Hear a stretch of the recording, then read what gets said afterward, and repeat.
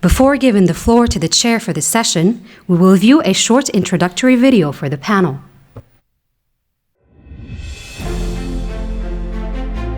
The promise of the African Continental Free Trade Area lies in fostering deeper integration, raising productivity, and supporting economic transformation across the continent. Yet, while aspirations for a unified market remain high, efforts to reduce fragmentation face persistent challenges, including high non-tariff barriers, infrastructure bottlenecks, limited capacity for effective implementation, and overlapping regional agreements. With the right structural reforms, the AfCFTA can drive the development of regional value chains, supporting industrialization, and help Africa navigate changing global dynamics. However, translating this vision into reality will require overcoming long-standing barriers and making sustained implementation efforts. What lessons from past integration efforts are most relevant for addressing non-tariff barriers and trade-related costs under the AfCFTA? How can AfCFTA implementation foster greater participation in regional value chains, especially for smaller and less diversified economies? What institutional arrangements and governance mechanisms are necessary for effective and inclusive implementation? In a fragmented global environment, how can the AfCFTA bolster Africa's position in international trade?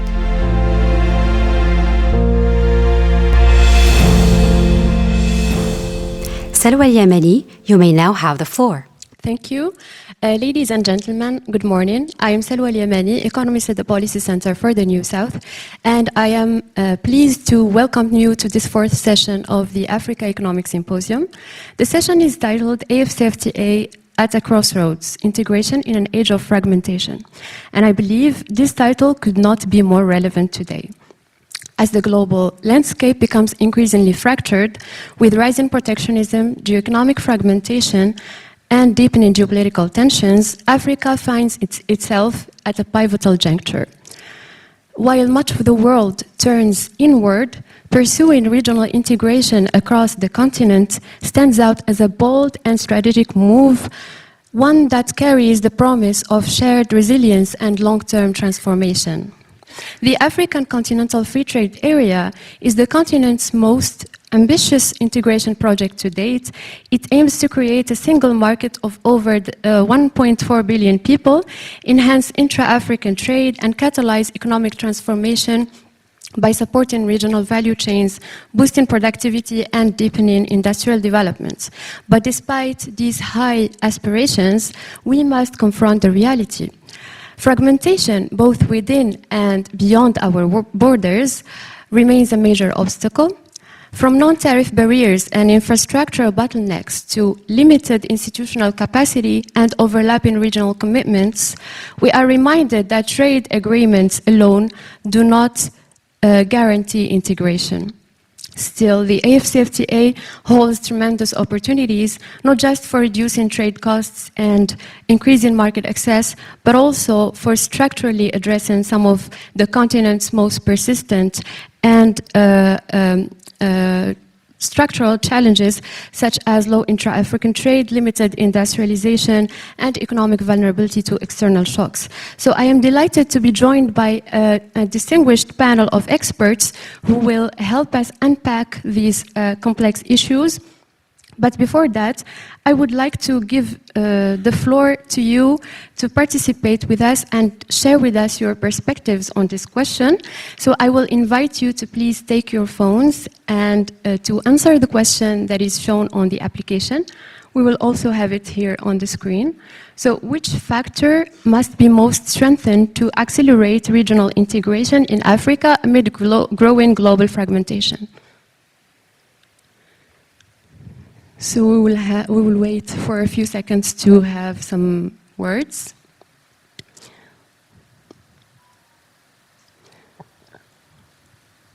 So we can see that the first word is infrastructure. We also have governance, sustainability, cooperation,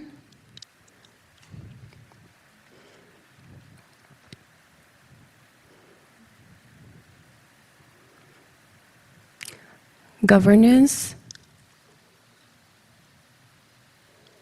technology, resilience, sustainability.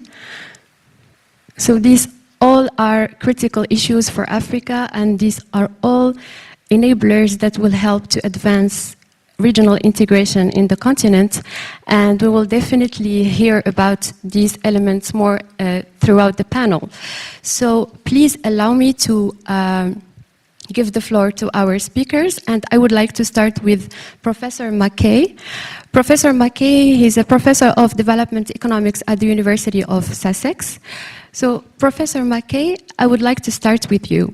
Regional integration in Africa has historically faced challenges moving from agreement to effective implementation. How would you assess the current state and progress of the AfCFTA implementation, and what key priorities should guide efforts to ensure that trade integration benefits not only industrial sectors, but also benefits and leverages other sectors such as agriculture and services?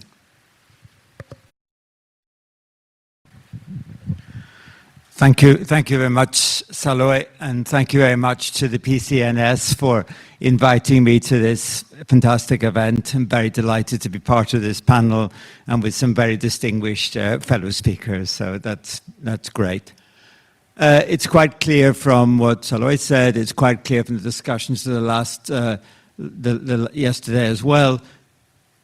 Given the chaotic state of world trade, Africa has to trade more with itself. There is no choice. Africa really has to trade more with itself. A recent PCNS publication talked about the experience of Asia and talked about how important integration, liberalization was within Asia in helping to promote effective development. As Mr. Tapsoba said this morning, the African market is large. The opportunity for AfCFTA is substantial. The implementation of it, of course, is a major challenge. Of course, there have been many past regional integration agreements in Africa. Ever since independence, countries have participated in regional agreements, regional trade agreements, trying to implement liberalization. But implementation, I think we all know, has been very patchy. We heard in this morning's session about ECOWAS. It's not a completely negative story, but again, the degree of implementation has been really quite limited. Potentially with AfCFTA, the potential for progress in these RECs is much greater. AfCFTA surely has got to build on the more effective implementation of RECs as a starting point.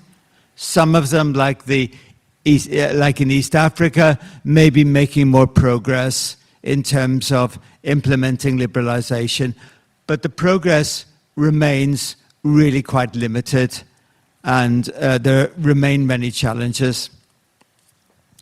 Now, I think one issue which has been a challenge and has been a difficulty for governments in implementing regional integration arrangements has actually been concerns about distribution. It's not something that's talked about that often, but distribution between countries and distribution within countries.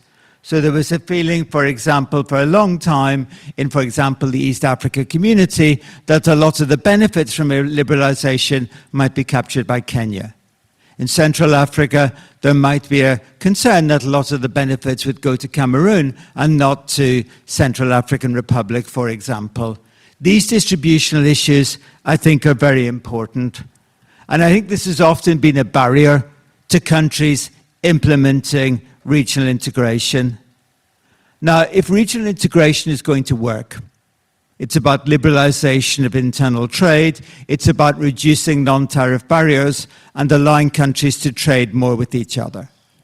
But if it's going to work, if it's going to be effective, it's going to be about doing things differently. Countries are often got very similar production structures.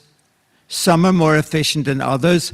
More concentration of production in certain sectors, in certain places, is surely the way that integration is going to be effective. Now, some countries are going to lose because the concentration of production happens in one place rather than another in a particular sector.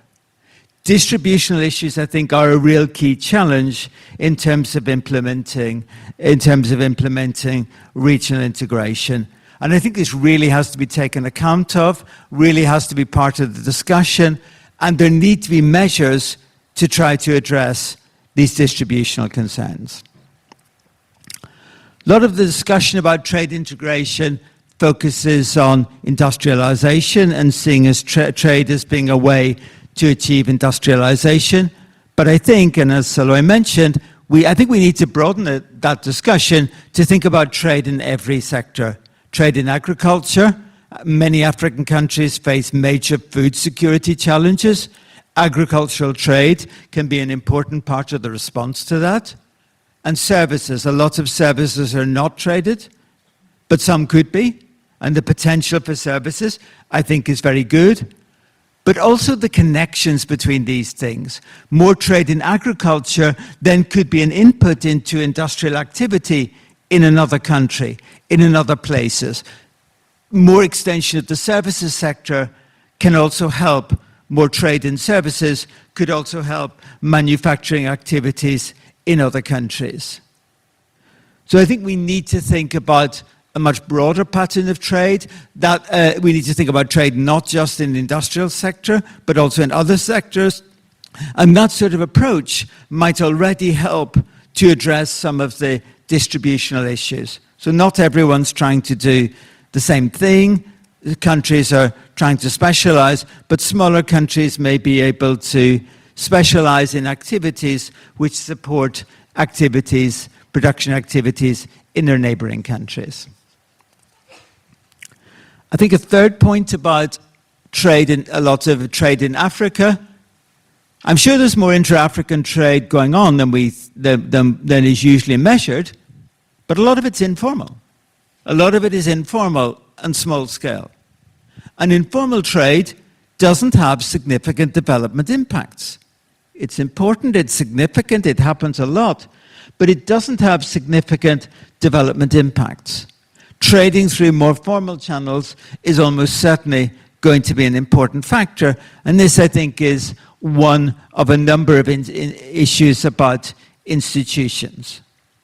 Now, in terms of general issues that are raised, I think the infrastructure point is really important, but infrastructure connecting countries with each other. Not so much infrastructure within countries, infrastructure connecting countries with each other. There are all kinds of non-tariff barriers. A lot of those non-tariff barriers are sort of put in place because countries, in the end, don't really want to liberalize their trade that much and put in place checkpoints and other ways of trying to limit trade between them. I think many factors are potentially important for trade, for integration. Labor mobility, I think, is a very important one. Mr. Tapsoba talked about mobility of travelers between countries in ECOWAS. Labor mobility, I think, is a tremendously important issue. Having effective and competitive trading sectors, I think, is very important as well. Often traders are quite monopolistic. Having effective competition among traders, I think, is also very important. As for 3 recommendations, a serious conversation about distribution, I think, is really important. Looking for opportunities in agriculture and services, as well as in the industrial sector, and labor mobility would be the things I would say. Thank you very much. Thank you very much, Professor McKay, for those insightful observations and analysis on implementation, sectoral priorities or sectoral distribution, the consideration of the informal trade, and also for your recommendations.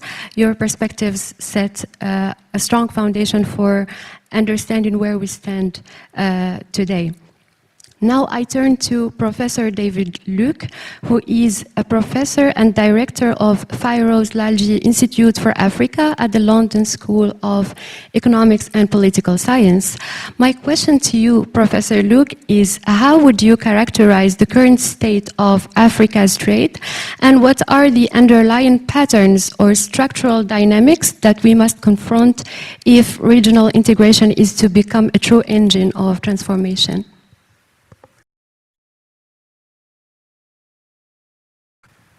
Great. Thank you very much, Sawa, for that introduction, and hello to everyone. And let me also just say that this has been a very stimulating conference, and my thanks also to the PCNS for organizing it.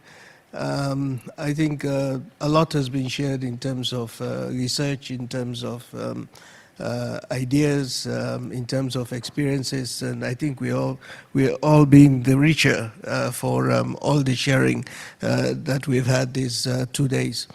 I'll answer your question, and I've prepared some slides to respond to this, and these are slides that taken from my 2023 book, How Africa Trades, that provides some metrics on why trade is so crucial to Africa's development, and where exactly trade falls in the overall scheme of things. As I said, the book was published in 2023. It's available from LSE Press. It's open access, so it can easily be downloaded. And the first point that we wanted to make in the book is the importance of trade for Africa's development. And I think this has become prescient, because as with the collapse of development assistance, I think this also puts into perspective exactly where development assistance falls in the overall scheme of things. But the main point is that Africa relies on exports for foreign exchange, for income, and of course exports, the proceeds are atomized, of course, go to companies, individuals, and in different ways, but also taxes, government revenue, and so on. So trade is extremely important, and within trade, exports. I updated these figures for this event. 682 billion is what Africa exported, aggregating Africa as a whole, in 2024. Development assistance in 2024 was 42 billion. FDI in 2024, 97 billion. Remittances, 92 billion. And many people think remittances are underestimated because there is a lot of informal remittance flows, as there is indeed informal trade flows as well. But Africa's trade, and this has been said in many different ways, only mesometrics here, underperforms.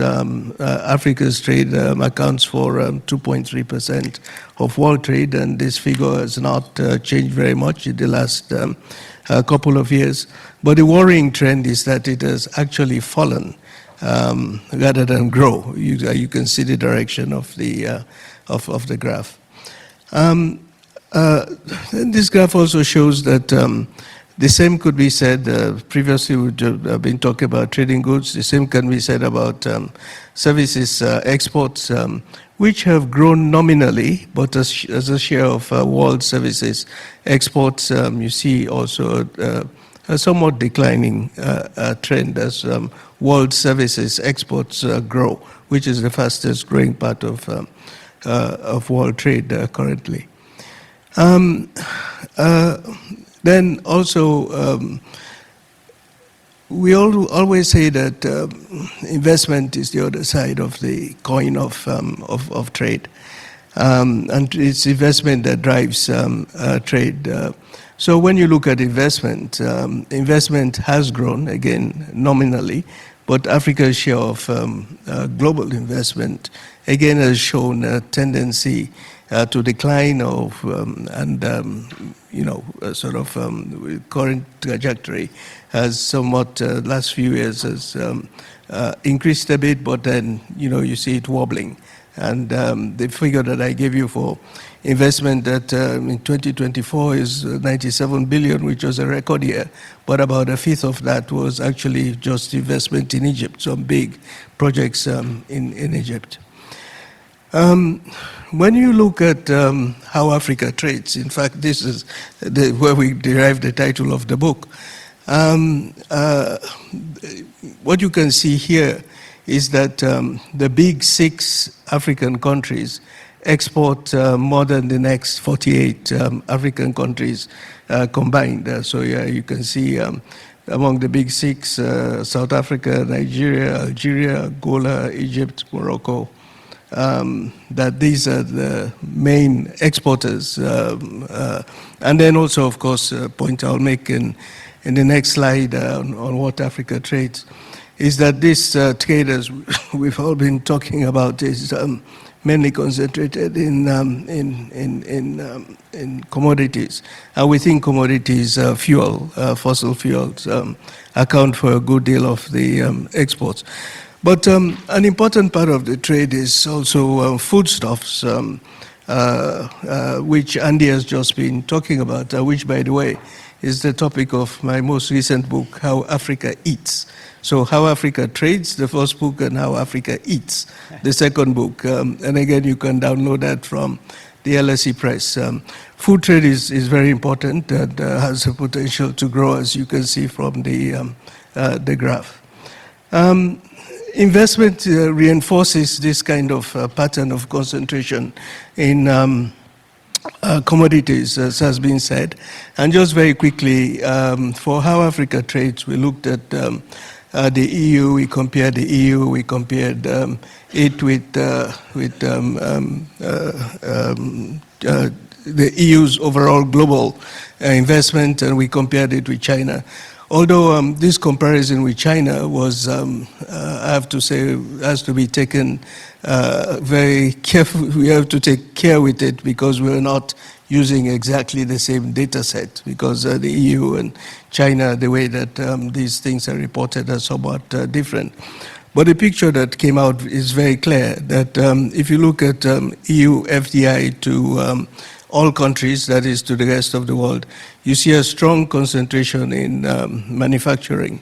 That to some extent is replicated in EU's investment in Africa. But then when you dig into this investment actually is concentrated in just a few countries. Morocco is one, especially the automotive sector. South Africa, of course, also the automotive sector, but all the sectors as well. Kenya, Nigeria, Egypt, so very few countries. But the picture is very clear that the extractive sectors is where the investment goes. We looked at the same for the US, the same picture for the US as well, and compared this with China. As you can see on the Chinese side, the point that has been made has been mainly in energy, transport, and so on, and not so much in manufacturing, which is not to say that Chinese investment in African manufacturing is quite important in a number of countries. And as I could come to the end of this presentation, just to highlight that intra-African trade does, again, to use this word, show tremendous potential, because although intra-African trade is relatively small, and I updated these figures, 192 billion is what intra-African trade was, formal intra-African trade in 2024. A lot of that of course, also in for some of it in fuels, but a lot of that is manufacturers and food products. Of course, intra-African trade is much smaller than Africa's overall trade, about 15% or so. But I think this graph it shows a stark contrast to when Africa trades with itself and when Africa trades outside the continent. So clearly, going back to the very first slide showing how trade is important for Africa's development, clearly intra-African trade, as everybody has been emphasizing, needs to accelerate, needs to be stepped up. Issues that have been mentioned around implementation and so on are very critical. This final slide is just showing the contrast between intra-African trade and the trade outside of the continent. Again, something that has been emphasized by several people. Now, as I conclude, I can only agree with much of what has been said and the point that Andy has just made about implementation.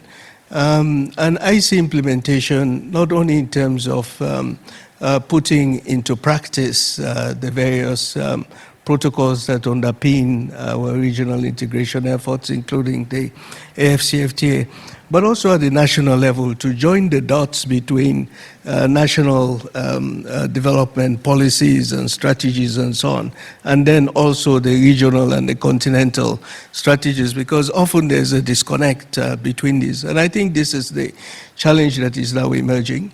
I think also that as a conference like this has shown, much thought is going now into these areas that would, as some would say, would move the needle. And for me, this is very promising. And I'll just end by saying that we're at the London School of Economics starting a new project that is actually going to look at issues around economic policy making, industrial policy making, and implementation, the processes that underpin the objectives and the goals that are not at all controversial, but these processes which somehow countries, our RECs and continentally, we don't seem to be able to get right. So let me leave it at that, and once again, thank you very much, and I hope so I've fully answered your question. Thank you so very much. Thank you very much, Professor Luke, for those insightful perspectives and for highlighting the critical structural dimensions that characterize Africa's trade and investments. Your analysis helps us grasp the complexities behind Africa's economic exchanges architecture. Thank you very much. I now turn to Professor Ismail, who is the director of the Nelson Mandela School of Public Governance. And Professor Ismail, while enthusiasm around the AfCFTA remains high, global skepticism toward free trade has been growing. In that light, what kind of integration model do you believe is best suited for Africa today? Thank you so much, and it's such a pleasure to be here in Morocco, and it's my first visit to Rabat, and I'm quite impressed by the level of development, and I want to say shukran to the invitees who invited me. So yes, I think it's a good topic for conversation. I have worked for a number of years in international trade. I was South Africa's negotiator since 1994, and I also worked for South Africa in the World Trade Organization. And what I can say is that since the beginning of the world rules-based trading system in 1947, when we created the GATT and the World Trade Organization, we've never had a more unstable trading system and a more dangerous trading system as we witness today. You know, every day in the newspaper, trade is number one in the news. Even this morning, when I looked at television, trade was number one. So what is going on? How is it that trade is supposed to be a force that increases prosperity and peace? Well, that's what the theory told us. So I'm very happy that Andy McKay, who is a professor in economics, has told us that actually trade also causes conflict. It creates adjustments which creates costs and benefits. So there are also costs. But most economists have tended to underplay the costs. But what we see today is that the cost of trade is high, even in the developed countries. And this is a cause for a lot of conflict domestically and the rise of right-wing social movements, populist movements.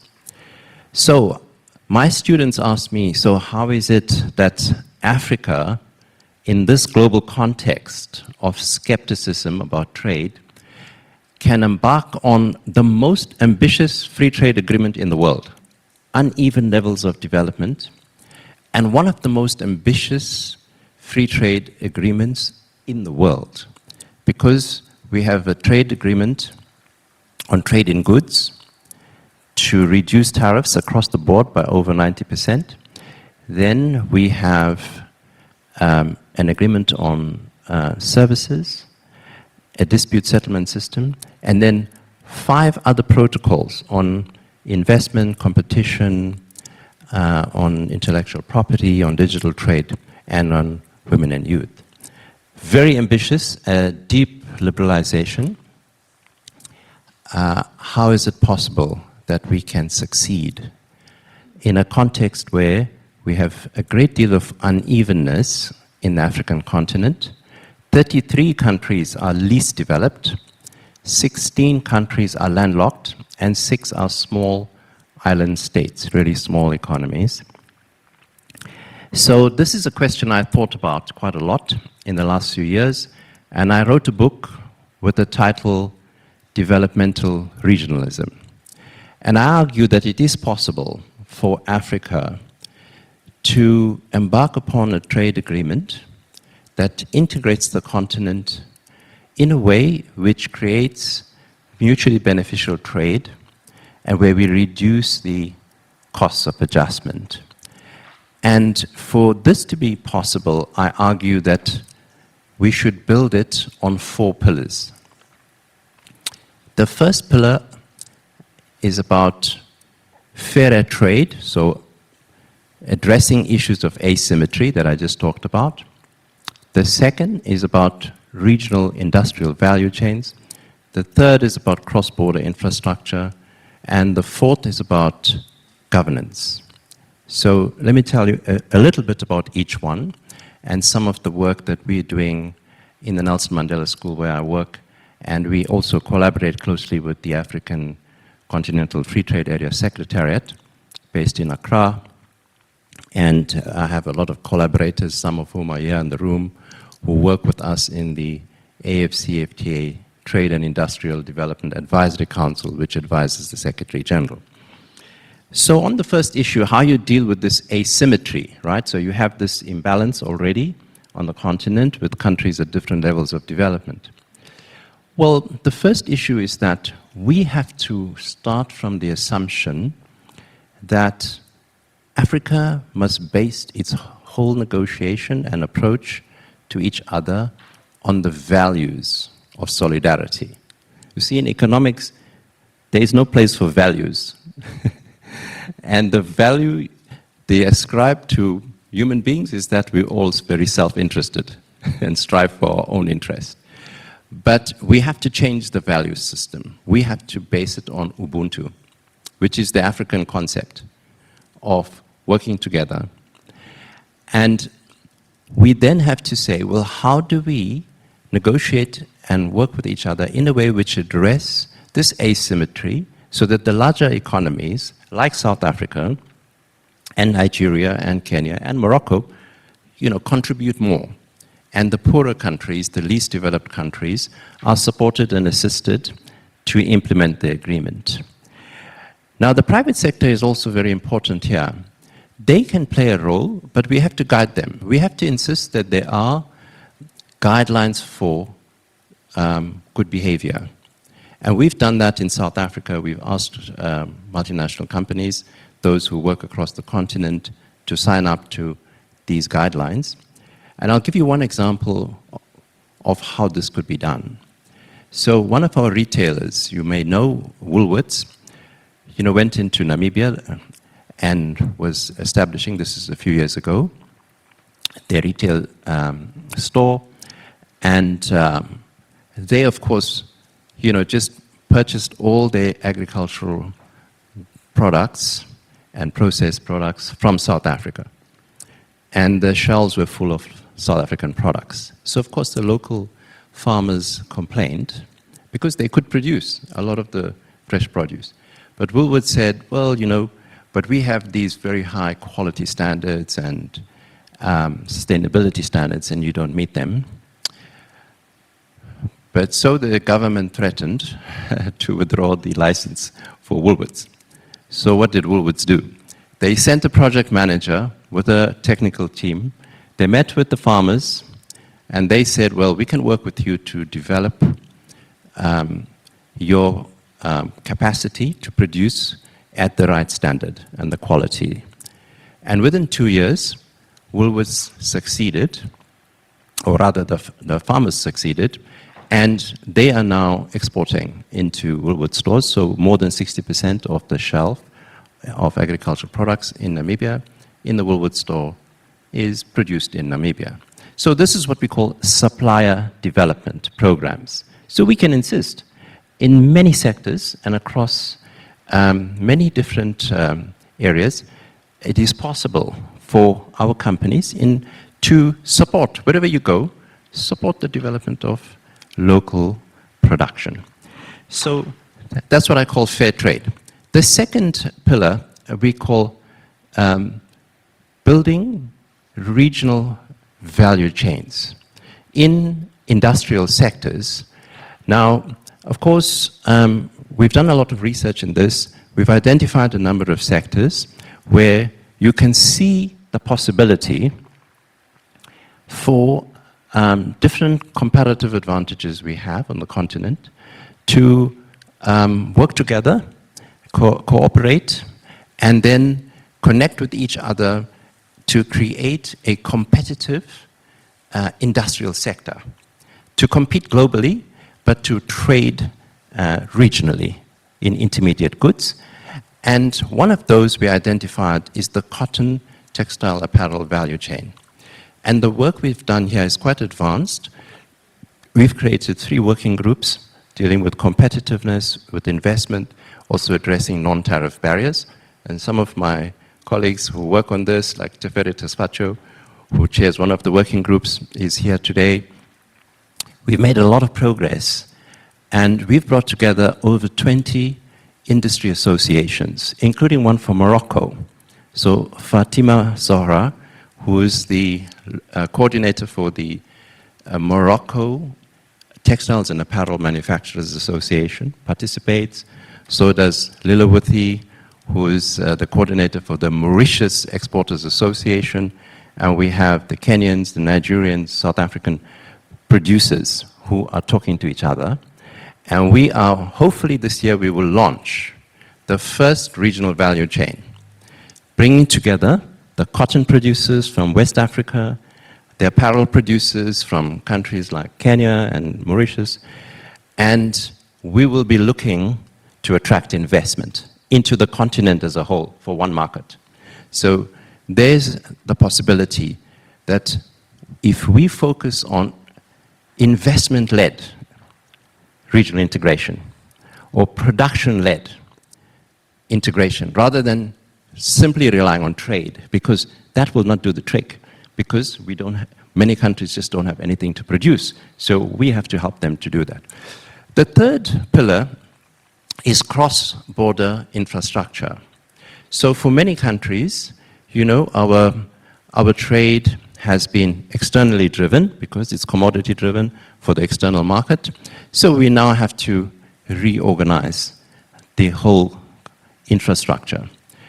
And we had to do it, so I was part of that when we came into government in 1994. The first one we built was the Maputo Corridor, the road and rail project from Johannesburg to Maputo, working with Swaziland at the time and Mozambique, the 3 countries, worked very hard for about 4 or 5 years, built a consortium, a company that managed this, brought in investors like the Industrial Development Corporation and private sector investment came from other countries in the world because they saw that this project was financially viable. So that project is now existing. A number of different industrial projects have emerged as a result, including aluminium smelters, which doubled the GDP of Mozambique. So this is possible in so many other corridors like this, like the Abidjan-Lagos corridor, for example. It is possible, and there's work going on it. So collaborating together and then mobilizing finance from around the world. That's the third area. And then finally, the question of governance. This is very difficult, governance. And I deliberately made it part of one of the pillars. It is essential because many countries have made advances on industrialization, but then because they didn't pay attention to issues of governance at home, we then set the whole process of development backwards. And clearly, the potential in so many other regional value chains, like, adding value to critical minerals and producing batteries in Africa so that the new automotive industries that emerge, the new energy vehicles in the next decade should be made in Africa. But that's not going to be possible if we don't deal with the governance question. So we have to deal with the governance question, but governance alone will not work in isolation. We have to not simply insist on, people building institutions. You have to work with them to address issues of economic and social development simultaneously and help to build institutions that can create resilience in governance. Otherwise, it won't work. So we have to do it together. We have to have peer review systems, working together, helping each other to build that. So if we have all four of these pillars running in parallel, reinforcing each other, we will be able to advance a unique regional integration project, one that is absolutely essential for the economic prosperity of Africa, and one that could potentially create one of the most powerful economies in the world. Thank you. Thank you very much, Dr. Ismail, for sharing these very interesting insights about the integration model for Africa and for highlighting the four very important key pillars. Last but not least, I move to Dr. Jody Keane, who is a senior research fellow with the International Economic Development Group, ODI. Dr. Keane, in the context of climate change, shifting trade rules, and economic uncertainty, what role can the AfCFTA play in building a more resilient and sustainable African economy? Thank you very much indeed, Charlotte. And just to say thank you to the organisers for the invitation to join you here. It's always very difficult to go behind such powerful speakers. And I must say that I do agree with many of the points that have already been made. But I do want to emphasise the points about resilience and also introduce this word sustainability. And I think we've touched on different aspects of sustainability. You've heard the previous speakers talk quite a bit about kind of the social aspects of sustainability, that the public has to buy into the regional integration agenda. And I want to emphasize to you the points about environmental sustainability as well. And actually it's about both of these aspects. It's about thinking about the social impacts, but also the environmental impacts. And then kind of layered on that are the aspects related to governance. So there are kind of three main points. So let me just move straight on to the first one, which is why is the AfCFTA and its implementation so important? Because not only have we got the global trade turmoil that's been unleashed by Trump, and we knew this was going to come. We already had Trump 1.0, we've now got Trump 2.0. We've got all of that turmoil, but we also know we've got the adjustment that's needed to a built-in 1.5 degrees rise in global temperatures. That is built in, it's inescapable, and one of the kind of ironies of it all is that countries that have contributed the least to the problem will be the most affected, and most of the modelling suggests that many African countries, as Faisal mentioned, you've got 33 least developed countries on the continent, are highly vulnerable, a high degree of dependence on rain-fed agriculture and so on. So that is why the trends that David presented in terms of the shares of manufacturing in intra-African trade is so important, because we're thinking about, the movement of labour into more formal employment opportunities, kind of reducing the precarious nature of some types of agricultural production. So that kind of deep regional value chain integration that is being sought, it is being achieved through the AfCFTA implementation. All of the related linkage development, the economic geography effects, the spillovers, all of this is about building resilience to different types of shocks, but it's also integral to the sustainability of growth, because these are the types of spillovers that also help to ensure that growth can also be sustainable too. So we're thinking about all of the economies of scale, of scope from the value chain, development, expansion and deepening. So that is one point to make about the resilience and why this is so crucial. And what perhaps hasn't been emphasised enough is the relationship to demographics as well, because we know that the demographics on the continent, you've got about kind of 20% of the global population now, but by 2050 it's expected to be 1 in 4 persons will be African. So you've got these huge demographic shifts underway. By 2030, an estimated 30 million young people entering the labour market each year, which is around 82,000 per day. So these are phenomenal numbers. So we know that this is coming. We know that the built-in temperature rise is already, unleashing feedback loops that we don't quite understand. So we really need to focus on the power of markets and the power of value chain development and expansion, thinking about technology transfer, learning spillovers. All of that is really, really important, and it's also very urgent. Focusing a bit more on the environmental aspect and sustainability, we know that now the African Continental Free Trade Area, the agreement, is being implemented in tandem with the African Green Industrialization Initiative. So this is very much moving towards quite a project-based, kind of cluster-based approach. There are kind of strategic investments that are being sought in key strategic industries, thinking about renewable energy, minerals, metals, green hydrogen, and so on, cement production, for example. So as mentioned earlier in this morning's discussion, if you're thinking about value chain development, you're thinking about kind of bauxite production, upgrading, moving in the value chain, moving into aluminium, this is what the African Green Industrialization Initiative is trying to do. And in this way, it's not only kind of helping to drive the value chain development that's critical to ensuring resilience, but it's also helping to solve the bigger global challenge. And this is what is at the heart of the Nairobi Declaration, the fact that Africa has all of the ingredients. It has already 40% of the world's renewable energy. It has already 40% of the world's critical minerals.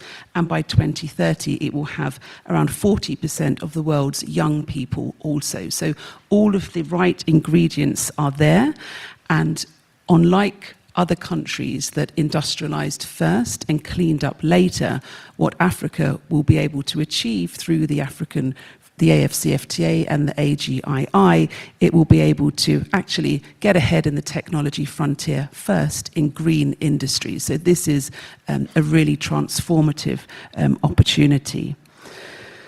But all of this does require careful governance. It requires new institutions, and we do need to think carefully about that. I can just tell you from my own experience at looking at trade policy in my own country, trade impact assessments do tend to get buried.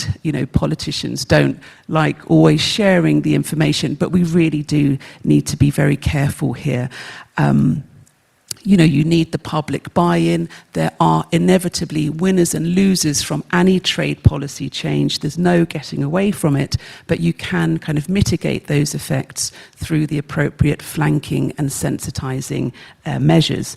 So we need to think about the implementation as a kind of continuous process, thinking about changing institutional structures, thinking about renewing institutions, upgrading, breaking down silos. This is a continuous process. So just to kind of wrap up, just to kind of emphasize that, we should be thinking about sustainability in both of these aspects, social and environmental. And of course, this is all at the heart of the Agenda 2063 as well, which emphasizes that the AfCFTA implementation is about both sustainability and socio-economic progress. Thanks. Thank you very much, Dr. Keane, for drawing our attention to the vital link between trade, sustainability, resilience, and the social dimension as Africa charts its path forward. Thank you very much. So I want to thank all of our panelists for their thought-provoking contributions, and we will now open the floor to get the questions from the audience. Yes, please, the participants.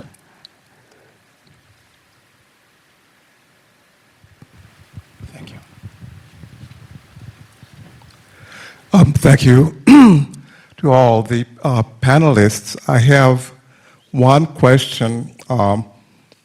Perhaps it's more addressed to Dr. Jody Keane, but really I think all the panelists can answer this question. Now, some people believe that the African Continental Free Trade Area is premature, and it makes the regional economic communities obsolete. Why? Because a number of regional economic communities are still incomplete customs unions or imperfect customs unions, and implementing the AfCFTA makes them really obsolete. What is their aim if Ghana can trade with Kenya and the customs union doesn't matter, really? So is there a validity to this argument? I'm one of those people who believe what I just said. Okay, all right, thank you. Thank you. Yes, please, the front row.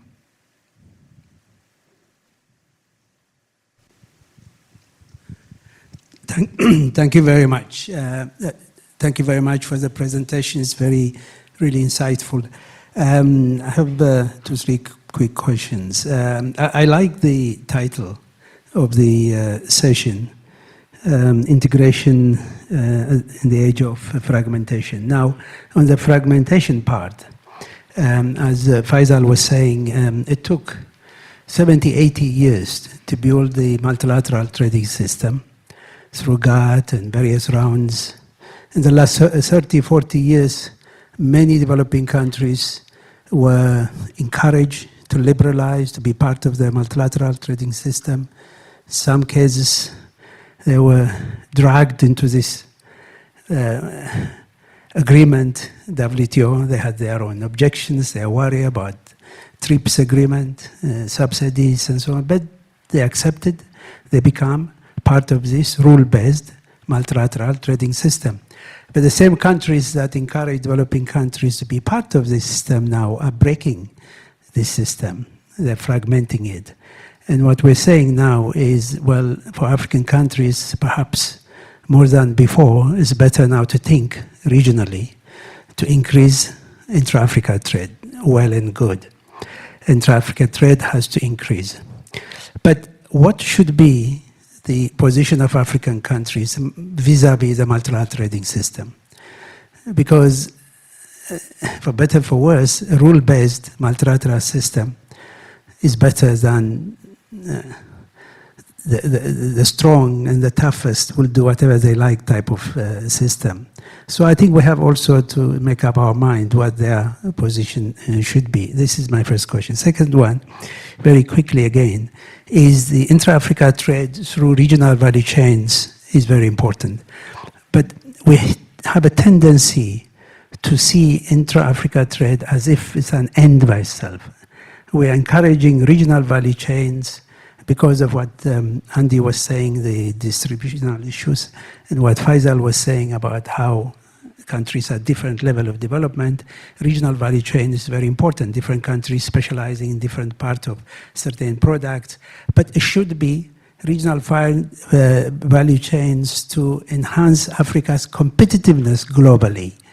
They should not, intra-Africa trade should not be an end by itself, because I'm saying this because there's a tendency when we talk, as if what we want to see is African countries to trade with each other, and as if we're ignoring globally. So we have to be careful about that.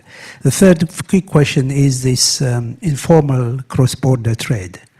Actually, there are some estimates that show that although formal intra-Africa trade is only about 16–17%, if you include informal cross-border trade in Africa, it could get as high as the Latin American intra-Africa trade, which is about 28%. So there's a huge amount of goods crossing borders, 70% of them women traders.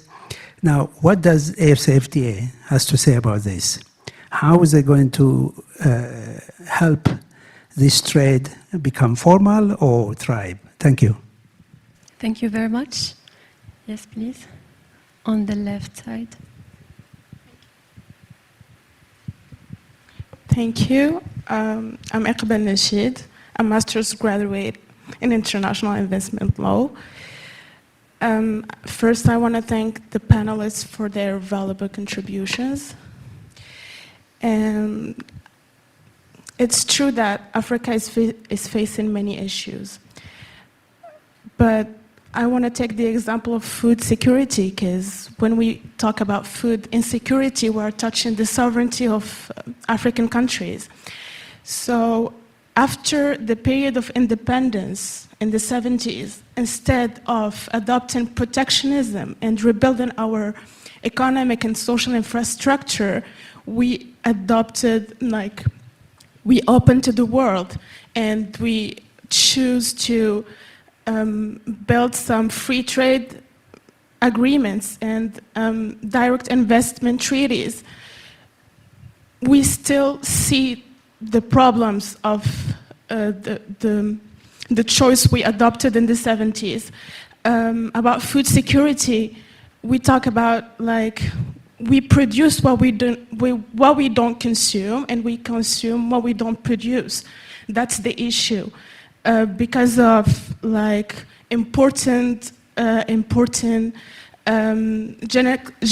genetically modified seeds from multinationals, and leaving the market for the multinationals, and we see the absence of public regulations or the absence of the country's sovereignty. The issue is, let's talk about intellectual property, and especially some, let's say, clauses inserted in the trade and the investment treaties, bilateral, and we found that they are imbalanced, because we have a developed country building an agreement with a least developed or developing country, African country. So implementing intellectual property in these agreements, and some things, let's say, the higher power of international institutes like the World Bank, etc., talking to, saying to the countries to cut off the public subventions to the agriculture sector. And we saw the consequences of these things in India, the massive suicide of farmers because of these treaties. Don't we think that trade agreements and direct investment treaties are blocking economic and social development in African countries instead of increasing it? Thank you. Thank you for your question. I will just ask the participants to be brief, please, so that we can get as much questions and answers as possible. Yes, sir. Yes, no problem. Après la crise After the sanitary crisis, we started talking about industrial crisis, and today, amid fragmentation and trade war, we will witness a regional integration. My question is, isn't it an opportunity for sub-regional organizations to develop value chains and trade values to be sure that we have a continental integration, namely the AfCFTA? I mean, I just have one question related to integration and trade agreement. What are the measures that we can put in place in order to ensure that we have fair integration and fair trade agreement? And here what I mean, that like the AfCFTA is not only like an opportunity to big players within the African continent, but as well like to help small players, small countries, developing countries, to take advantage of this opportunity. Thank you very much. Maybe one last question for this round. Yes, the lady in the middle. Bonjour, donc je vais parler en français.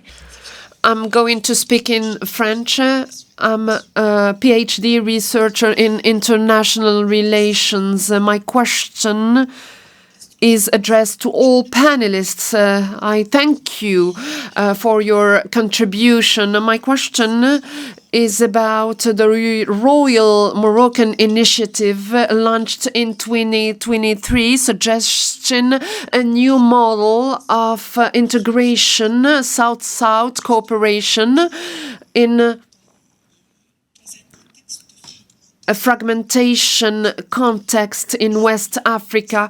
I would like to know what is your vision regarding this initiative, this royal initiative, in terms of challenges.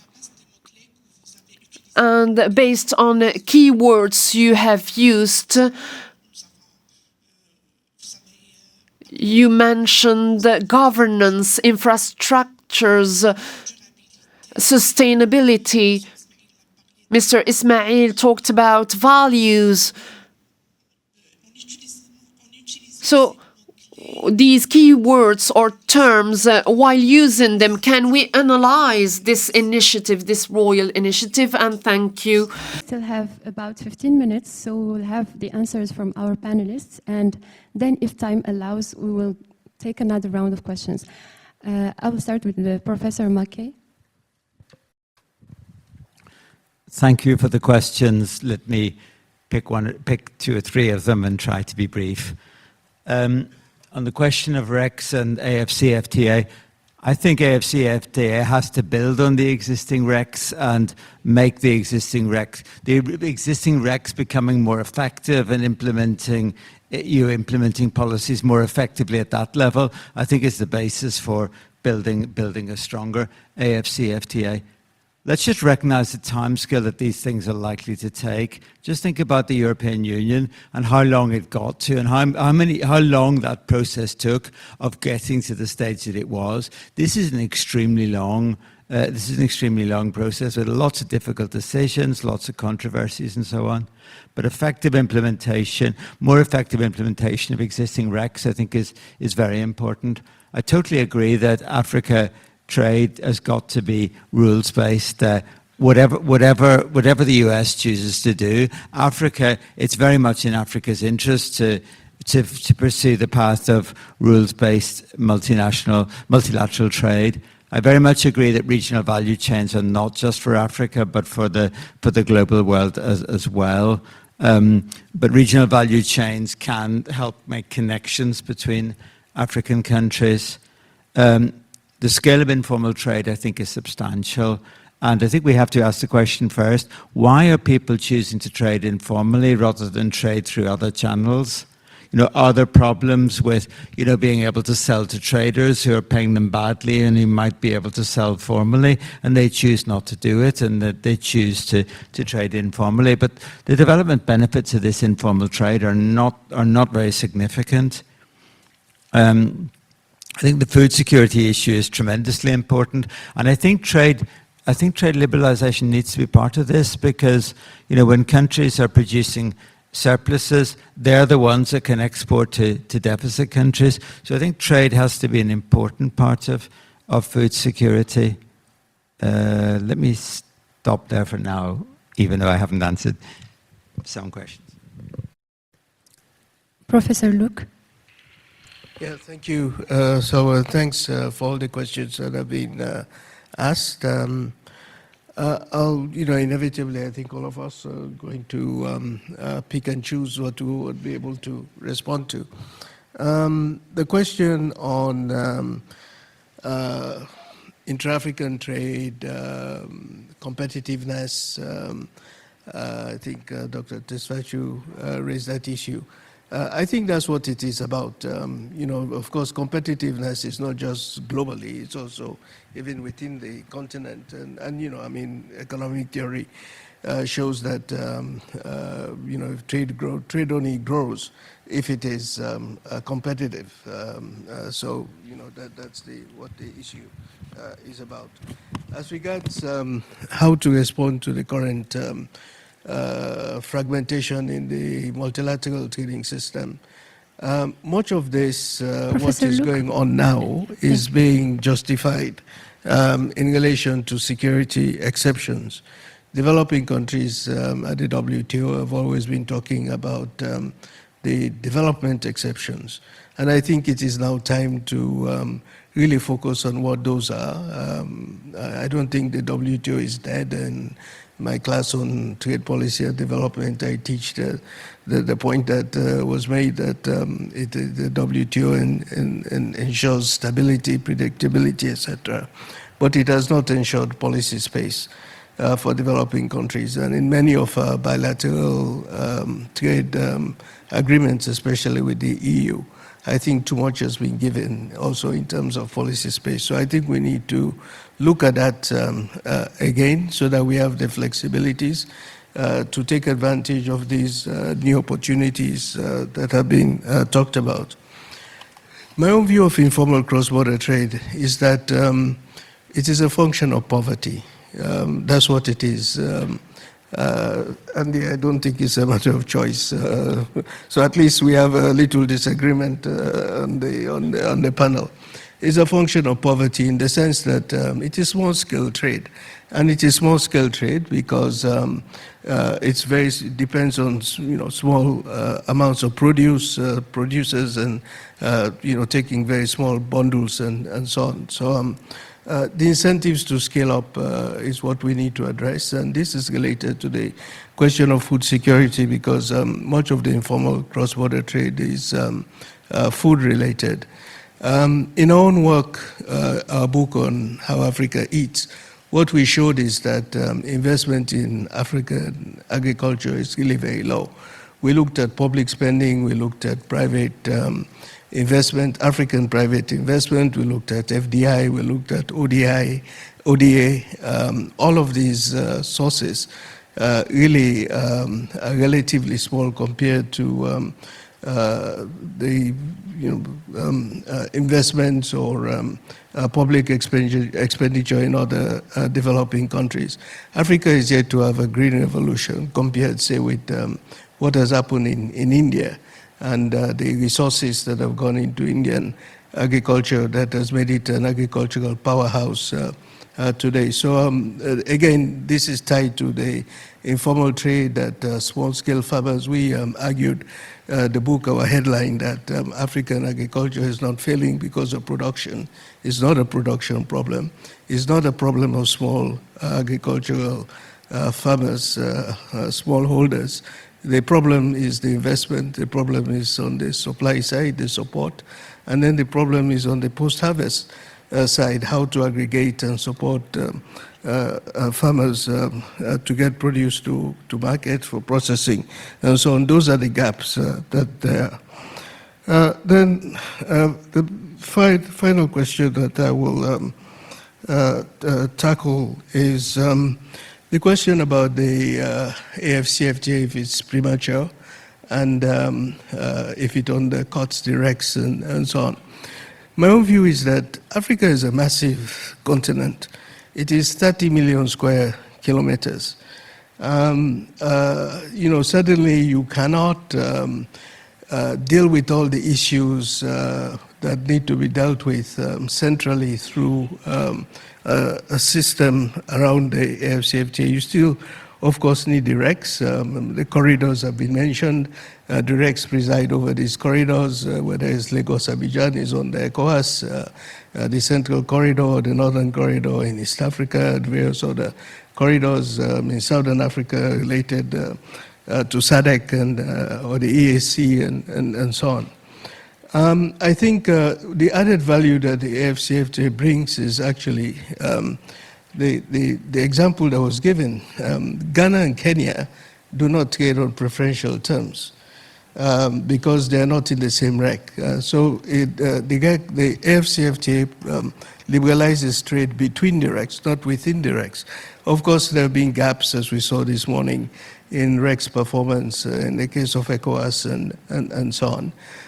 But that is not an argument against trying to open up the continent where for certain sectors and in certain areas, there are advantages of scale.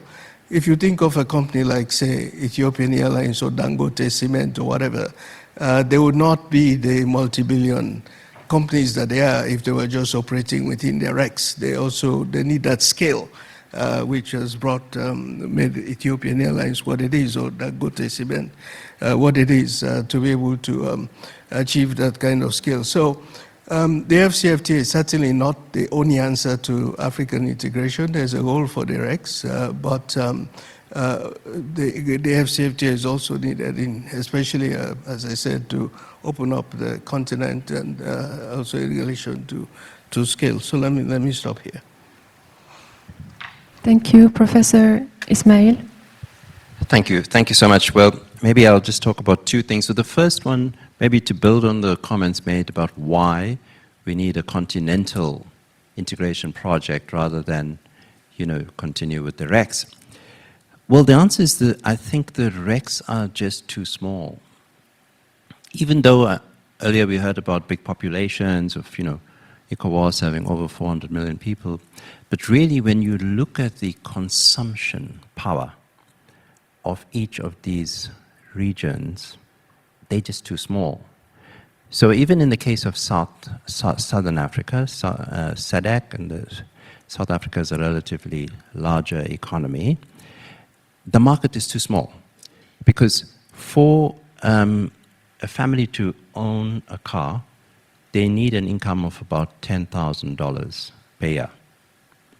So when you then count how many people in each country, may have 100 million people, say in Tanzania or Ethiopia, how many people in that country can purchase a car, the market shrinks. So that's why all the OEMs in South Africa, they've created a body called the African Automotive Manufacturers Association about 6 years ago to build a continental supply chain. And so we now have a process. They're working on it, the private sector. Why? Because the market was too small, in Southern Africa. They need a continental market for the scale to be competitive globally, right? Because you have to produce regionally to compete globally. So that's the first point. The second, I think Tefera asked me a really interesting question about global governance. So South Africa, we're currently hosting the G20 group of countries, and the African Union is also now a member. And then just recently, you may have heard there was a BRICS meeting in Brazil. So what this tells us is there is a discussion about how to deal with this fragmentation and how to deal with the current crisis of global governance. There is a crisis. It's a huge crisis. But we have, on the other hand, some of the greatest challenges in the world that need cooperation, like climate change.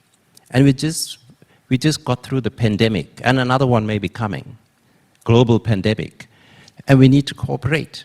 And the digital trade and AI, these things need global cooperation so we can govern. Therefore, we need to create a different system of governance from the one we had in the past, because the one in the past was created for a different world order at a time when there were few countries that were powerful economies. Most of us were not even independent in 1945, right? My country was living under apartheid.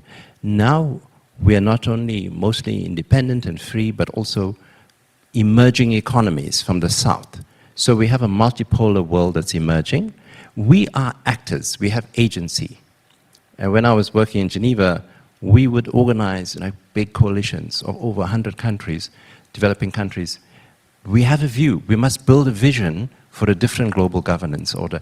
We must become the agents for the new global governance of the world. And I think you can do it, you can all contribute. Look particularly to the young people, those of you, working on PhDs.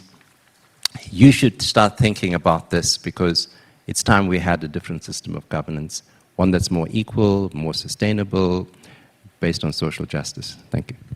Thank you very much. Dr. Keane. Thank you so much. Really interesting and engaging questions. I won't be able to answer all of them, but perhaps just to pick up on this point about the regional economic communities, because I don't wish to downplay the challenges there. Of course, coming from the UK, I could talk to you at length about Brexit and all of that, but I really don't want to downplay the issues. We know that there's different types of support that's being provided to the national implementation units.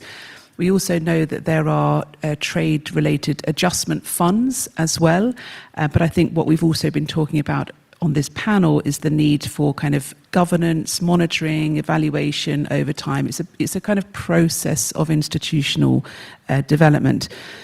And I think we do also have kind of new aspects to consider as well, kind of different aspects related to economic security. You've got severe budgetary constraints at the moment. So it is a challenging environment and context. So I think the Guided Trade Initiative, this is one initiative of the AfCFTA Secretariat. This is helping to overcome some of those challenges. I spoke a lot about the AGII, that is also adopting a cluster-based approach, which can also help to overcome some of these challenges as well. But I think the bigger point is that we do need to address the spaghetti bowl, and I think that's the point that David mentioned as well. With regards to the governance and global trade governance, the African group, from what I've seen and from what my discussions in Geneva over the last month or so, there's an appetite for reform amongst coalitions of the willing and like-minded countries. And to be very frank with you, I kind of started to see the US as being, really perceived as being a bit of the kind of, a bit of an outsider. And there are also proposals about perhaps asking the US to leave as well, because it hasn't been paying its membership fees either. And if you're talking in a member-based organization about, making one country great again at the expense of all of others, it's just not starting to kind of go down so well. So there is that reform agenda. There are groups of like-minded countries, and the African group is actively engaging in that process as well. Just a final point to touch on the issues around food security. We had some discussion about intellectual property as well. I think what we've seen during the crises that we've experienced over recent years, COVID, but also Ukraine, we've seen larger countries, I don't want to name and shame any, but, because obviously each country's got its own domestic pressures, but we have seen export restrictions, really being very harmful for food importing countries. So this is why the continent-wide approach, this is why it's so important, because it's about trying to build resilience through the internal market common frameworks, agreements between African countries themselves, which can help to kind of build resilience to different types of shocks that we know we will experience in the future. We've got new protocols on digital, so we've got these common frameworks between countries that I think can help to navigate some of those complexities with other partners. But I would also double down and say that kind of thinking about not only common frameworks with each country on the continent, but also a common framework for the continent vis-a-vis other players, especially on issues like trade and climate. That is also going to be important looking ahead as well. Thank you very much, Dr. Keane. Thank you to all of our panelists for their insightful contributions. Thank you to the audience for your questions and engagement. We have reached the end of the session. So thank you and have a nice end of the conference.